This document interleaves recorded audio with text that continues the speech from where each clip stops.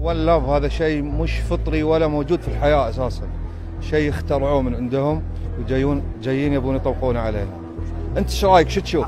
هذا أكيد رأيك، بس أنت عارف مجتمع الميم عين أو المثليين موجودين في قطر، موجودين في أي بلد في العالم. ما في شيء اسمه ميم ولا بيم، في ذكر وفي أنثى.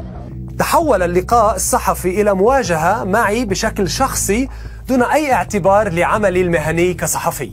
أنا بسألك سؤال، أنت تؤمن بالميم؟ نعم. تؤمن بالميم؟ أنا بؤمن بالتنوع والتعدد، وكل شخص يختار ويكون كما يريد هو أو هي أن تكون. أوكي، تؤمن ابنك ولا بنتك يكونون من الميم؟ صراحة جاوب.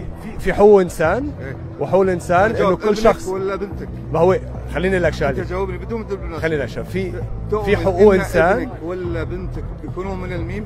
في حقوق إنسان، والحقوق الإنسان كل شخص بيختار أو بيكون كما هو أو هي تريد أن تكون.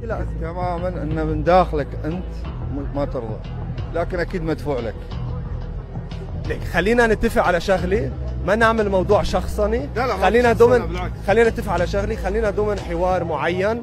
خلال دقائق تجمع كثير من الناس حولنا وتدخلوا في النقاش، حتى قاطعنا أحد المارة موجها اتهامات لي لمجرد طرح سؤالا صحفيا. ما بدنا اياه تيجي ولا احنا بدنا نشوفه جهه. اوكي، انت خلافه حريه الراي ان تكون رأي. ما هي راي هذه انحطاط خلقي وانحطاط معنوي وانحطاط جنسي. هاي ما هي حريه راي. يعتبر